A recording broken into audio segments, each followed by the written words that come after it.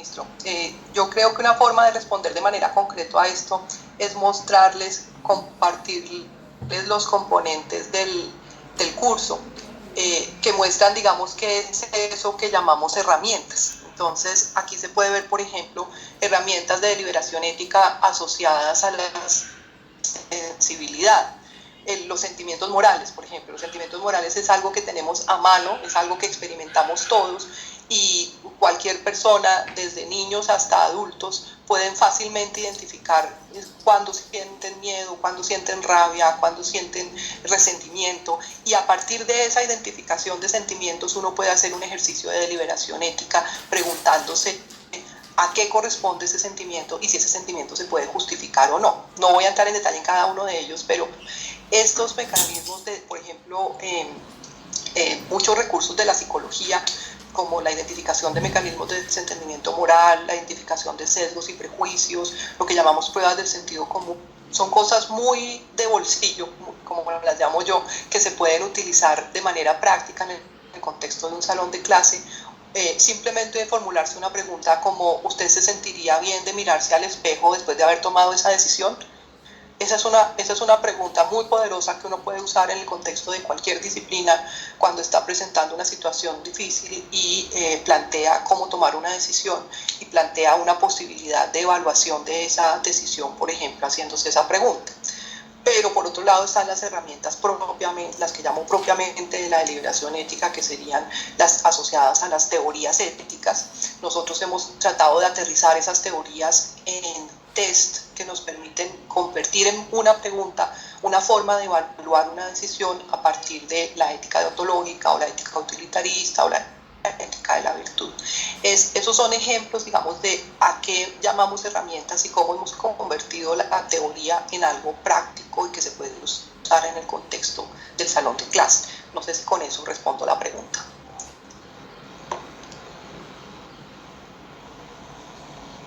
Bueno, muchas gracias. Por acá tenemos una pregunta de Luis Orlando Aguirre, que tiene una pregunta para usted, profesora Yuni. Luis Orlando, ¿qué pregunta tienes para la profesora? Activa el micrófono y... Sí, ya lo activé. No sé si la cámara también la quiera que la active.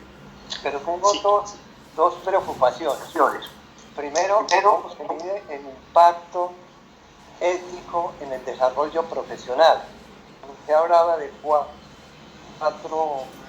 categorías, pero yo no alcancé a entender cómo se medía el desempeño profesional.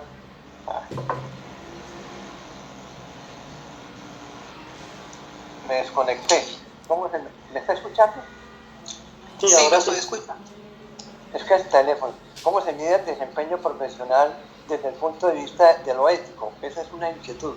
Y segundo, ¿qué nos está pasando en Colombia con tantos conocimientos, tanto aprendizaje, y tenemos una crisis de ética de lo público, ética de lo privado? O sea, ¿qué debemos hacer? ¿Qué debemos enseñar? Gracias. Gracias por la pregunta. Le quiero responder la primera pregunta con una reflexión hecha por un estudiante en el contexto de uno de los cursos que ofrecemos. Nosotros no evaluamos el ámbito profesional, nosotros les damos herramientas a los estudiantes para que ellos tomen conciencia de su responsabilidad profesional. Entonces, por ejemplo, este estudiante dice: este curso está orientado a las profesiones, por ende los conocimientos, actitudes y habilidades mencionadas anteriormente fueron llevadas al contexto profesional, lo cual cambió la forma en la que veo el desempeño profesional. Dado que anteriormente yo pensaba que los profesionales no tenían tanto en cuenta la ética, personalmente pensaba que las problemáticas que se le podían presentar a un profesional podían ser resueltas con sus conocimientos de su profesión y el pensamiento racional, y que estas situaciones eran muy complejas para ser resueltas por principios éticos. Por otro lado, luego de este proceso de aprendizaje comprendo que la ética juega un papel importante en la vida de los profesionales y que diariamente tienen que poner en práctica sus valores y principios éticos para resolver conflictos con decisiones que estén en pro del bien común. Entonces, le doy este ejemplo es porque ese es el tipo de estudiantes, este tipo de reflexión, y que esperamos que se vean reflejados en su desempeño profesional. Hasta el momento nosotros no estamos haciendo una evaluación de lo que pasa efectivamente en el desempeño profesional. Y en ese sentido lo vinculo con la segunda pregunta, y es que yo no creo que en general en la educación superior tenemos bastante abandonada la formación ética de manera intencional, estructurada e institucional en los últimos 6 años. Y precisamente creo que una de las motivaciones para hacerlo es tratar de responder a la crisis ética en la que nos encontramos. No quiero decir que antes no existiera la ética en la universidad o no existiera la preocupación, pero no había una respuesta institucional orientada a su desarrollo, y en muchas universidades creo que no lo hay. O sea, yo sí creo que tu preocupación es válida y es una preocupación que compartimos todos, y esta es una forma en la que la universidad está respondiendo al reto, pero insisto, es una forma más bien reciente de responder a ese reto, y creo que vale la pena hacerse la pregunta a nivel de todas las instituciones educativas: ¿qué tanto le estamos poniendo atención a este tema y qué tanto estamos formando para tener profesionales éticos y poder hacer una contribución al país en ese sentido? Gracias. Perfecto. Gracias. Muchas gracias. Listo. Gracias, Dani. Continuamos entonces. Muchas gracias, profesora Juni. Continuamos con Cristian Velandia de la Universidad del Bosque, quien presenta las prácticas establecidas por la universidad, todo el desarrollo que vienen haciendo alrededor de los ambientes ubicos de aprendizaje. Así que, Cristian, bienvenido nuevamente y muchas gracias por estar con nosotros en la tarde de hoy. No, viceministro, a usted, gracias a su equipo de trabajo, al Ministerio de Educación, por abrirnos este espacio.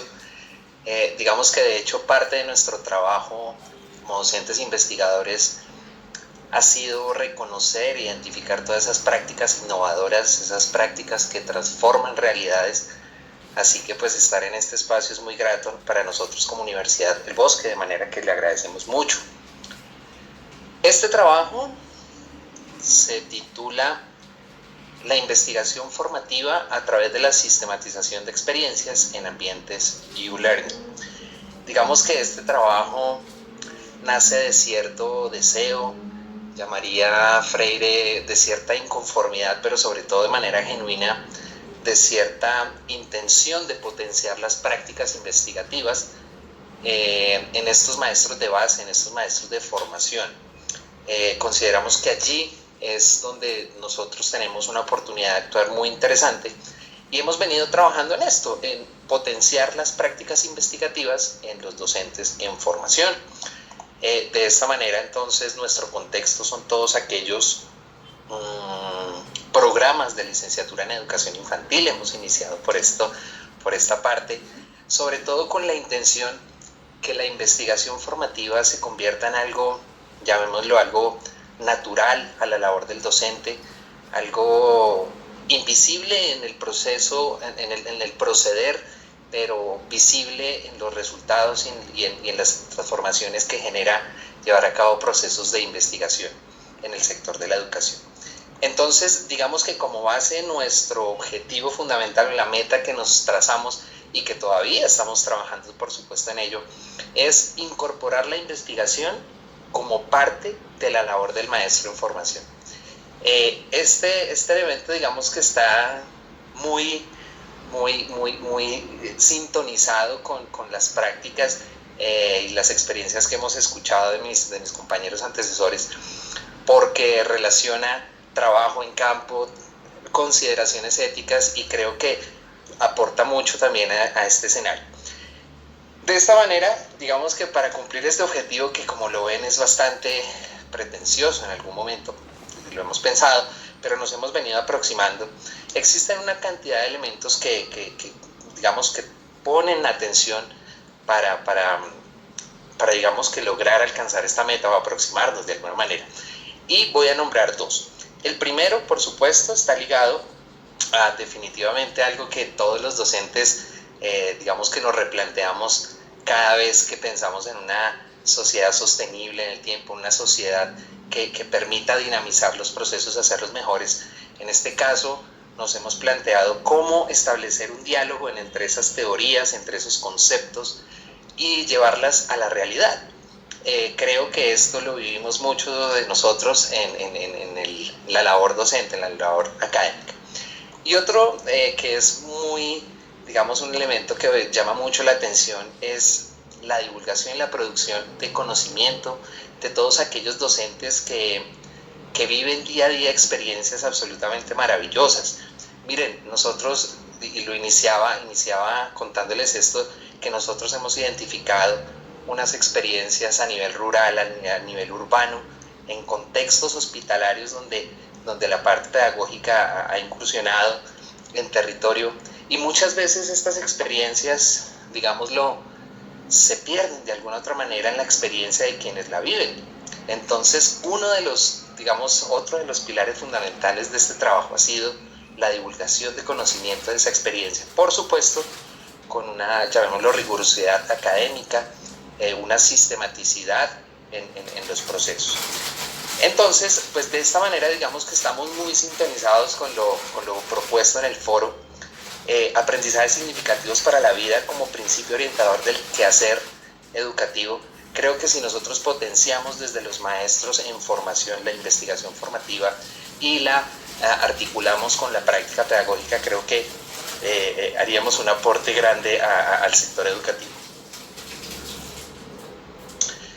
¿Cómo lo hicimos? Entonces, pues este ejercicio empezó desde hace muchos años, pero digamos que a través de esa reflexión nos inspiramos en trabajos, sobre todo colombianos, Alfonso Torres Carrillo, Lola Sendales, José Darío Herrera de la Universidad de los Andes, Orlando Falsborda, que han trabajado la sistematización de experiencias. No teníamos que nosotros empezar un camino, llamémoslo nuevo, sino que habían experiencias y metódicas y modelos muy interesantes, y lo que hicimos fue básicamente, en un primer momento, adoptar esta metódica, pero a su vez adaptarla como estrategia para la formación en investigación.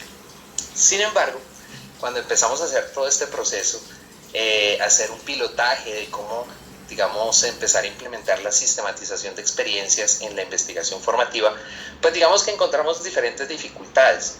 Una de ellas era que cuando los estudiantes estaban en campo, tenían algunos recursos, llamémoslo, desde la parte tecnológica, algo limitados para su registro, para su organización, para su almacenamiento, y para trazarse, por supuesto, los objetivos propuestos desde esta metódica. Entonces, pues aquí realmente fue fundamental la ayuda institucional. La Universidad del Bosque hace una alianza con una empresa finlandesa, y pues lo hablábamos con el viceministro iniciando.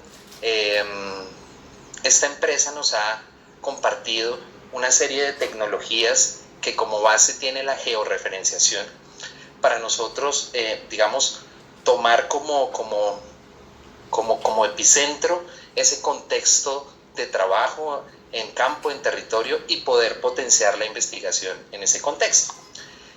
Entonces, pues allí es donde aparecen los ambientes e-learning como base, por ejemplo, lo que nosotros conocemos en Uber, conocemos en Waze, que toman como base la georreferenciación para actuar de manera, digamos, potenciar estos elementos tecnológicos. Pero en este caso lo llevamos al escenario educativo. Entonces aquí es donde nosotros convertimos el aprendizaje situacional en un ejercicio, digamos, lo real, porque ya podemos a través de estas tecnologías no solamente tener, digamos, datos alrededor de la latitud, longitud, sino registrar todos aquellos elementos del contexto que hacen parte fundamental del aprendizaje. Elementos como temperatura, condiciones de humedad, digamos que donde se ubica el escenario educativo, todo esto construye para la sistematización de experiencias. Entonces, digamos que como base implementamos la estrategia de la sistematización de experiencias en los procesos de investigación formativa, pero nos apoyamos y asistimos a estos procesos con tecnologías de georreferenciación o ambientes e-learning. A manera digamos, de experiencia ya desde el profesor, ha sido muy interesante porque desde mi casa yo monitoreaba, hacía un acompañamiento y seguimiento a todas estas prácticas investigativas. Entonces teníamos, por ejemplo, una práctica en el Amazonas alrededor de la construcción de la paz en infancias.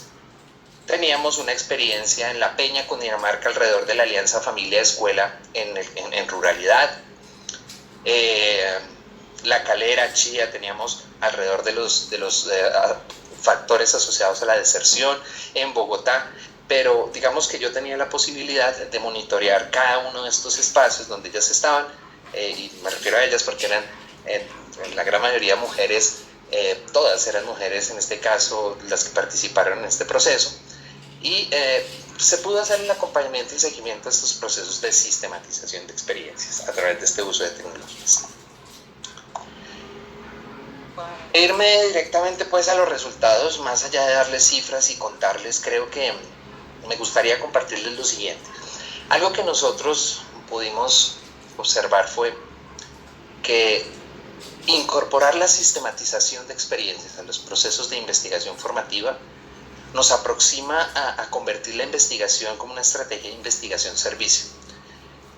Por supuesto, la investigación descriptiva, una investigación de corte, llamemos de comprensión de un fenómeno, son importantes.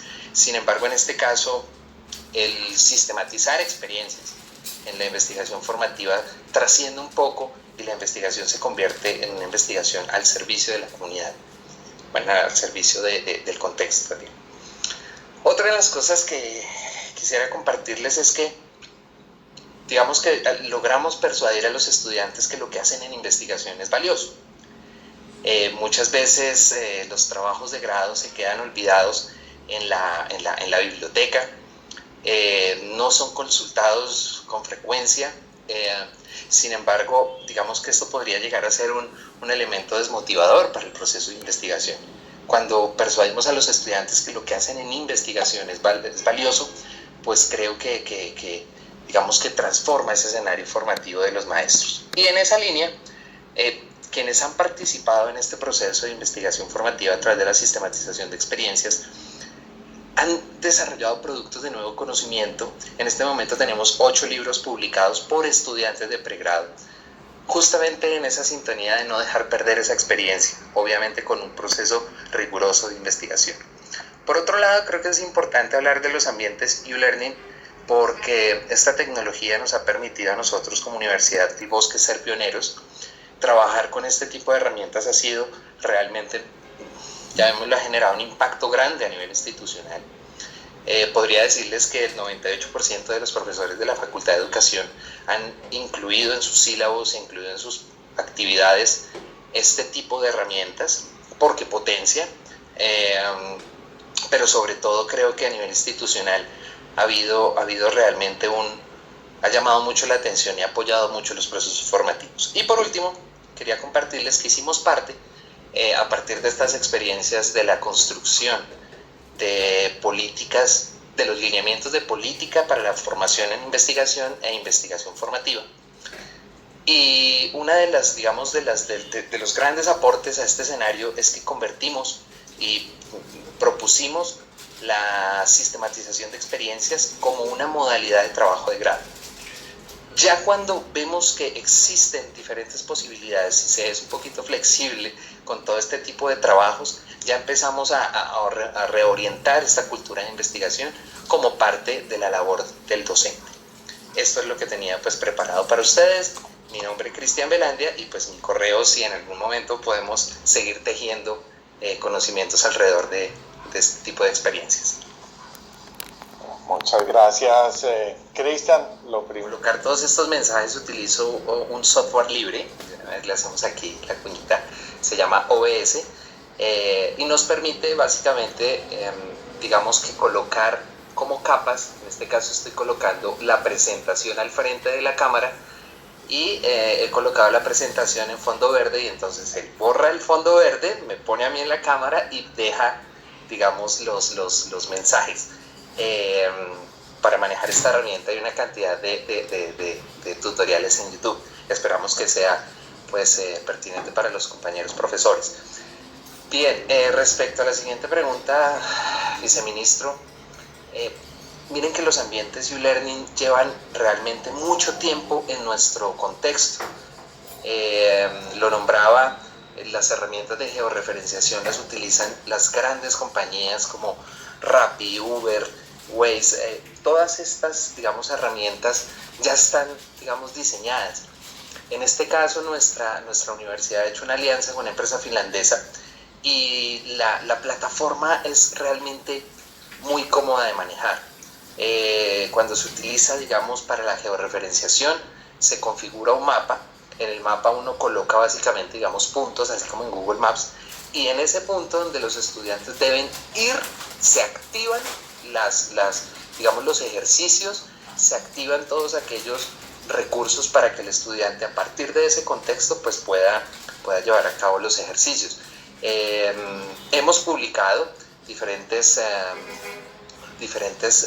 investigaciones alrededor del aprendizaje y learning en la Universidad del Bosque. Sin embargo, creo que, digamos que puntualizando, creo que si ustedes buscan la herramienta cepo.io en internet, creo que van a encontrar un recurso absolutamente maravilloso que, la verdad, un poco en esta contingencia, digamos que queda un poco corta, porque realmente su base y su naturaleza es estar allá, en territorio, en campo.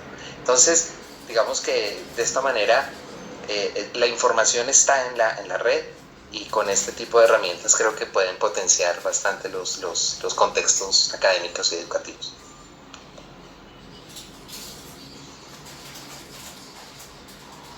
Perfecto. Entonces, Daniel. Por acá, a ver, ¿quién tiene una pregunta para Cristian? ¿Alguien que quiera levantar la mano? Por acá veo una pregunta de Sonia. Sonia, ¿quieres hacerla por medio del micrófono y tu pantalla? ¿Quieres hacérsela a Cristian? Acá veo que tienes una pregunta. Buenas tardes para todos y muchísimas gracias por la oportunidad que nos brindan de dialogar, de leerlos desde sus narrativas.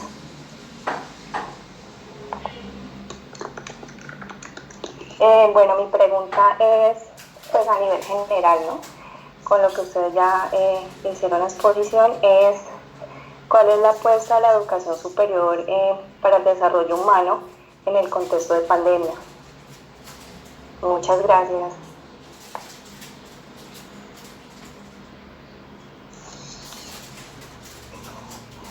Cristian. Bueno, Sonia lo hacía a nivel general, pero digamos que, bueno, no estaba pues en el marco de lo que se ha venido trabajando.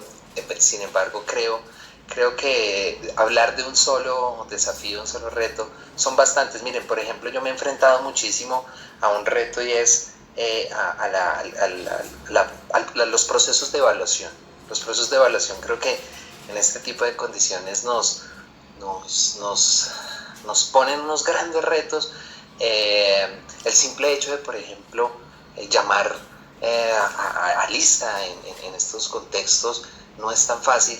Entonces ya lo que nosotros digamos como reto no es generar un listado o unas calificaciones, creo, sino como persuadir a los estudiantes, motivarlos para que más allá de una asistencia o más allá de un número, digamos que se construya lo que uno quiere compartir como docente, pues para los estudiantes, en este caso de formación. En mi caso creo que uno de los retos fundamentales está basado en los procesos de evaluación.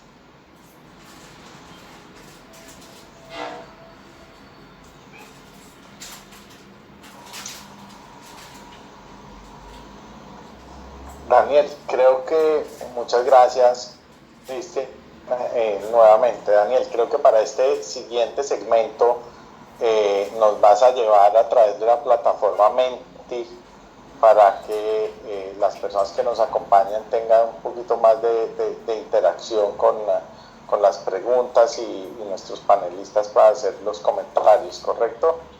Claro que sí. Entonces déjenme compartir la pantalla. ¿Ahí me están oyendo a mí? Un segundo, comparto la pantalla. Pero nunca me dan chance para... Ya un segundito, acá comparto la pantalla. Listo. Entonces, ¿qué vamos a hacer? Nos vamos a conectar, vamos a hacer una pregunta.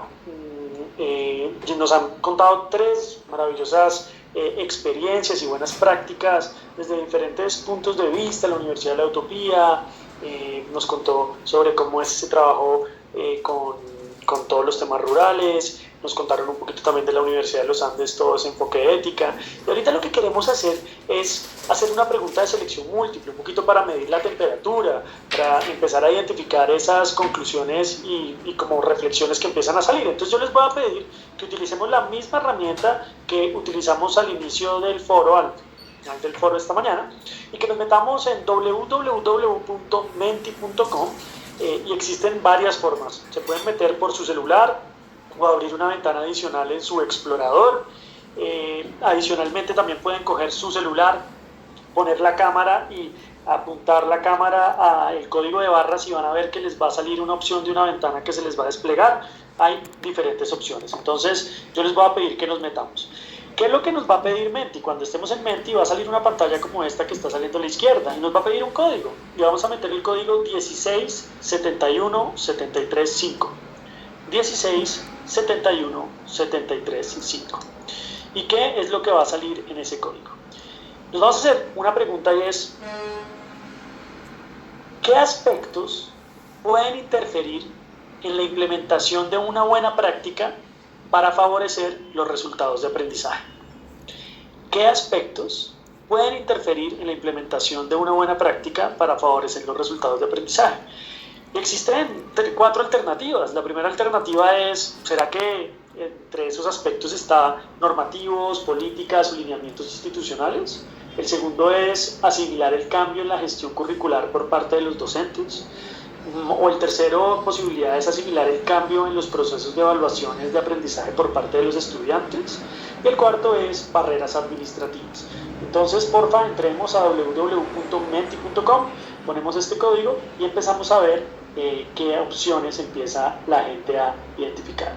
Entonces acá ya votaron, hay personas que creen que asimilar el cambio en la gestión curricular por parte de los docentes. 3 creen que hay un tema y es mucho más los procesos normativos, políticas y lineamientos institucionales, son los que favorecen los resultados de aprendizaje. Vamos 5-5, vamos empatados. Invitar a las personas a que sigan participando. Otra vez empieza. De pronto, si hay algunas personas que oí en el chat que preguntaban, justo en pantalla tienen la página www.menti.com y el código también lo ven en la diapositiva que Daniel está proyectando. Acá en la parte de arriba, www.menti.com, nos pide este código que es 1671735. Dice, ¿cómo ve estos resultados mientras la gente sigue votando? ¿Cómo ve usted? ¿Qué piensa usted? ¿Qué piensan los invitados? Hablemos un poquito de eso.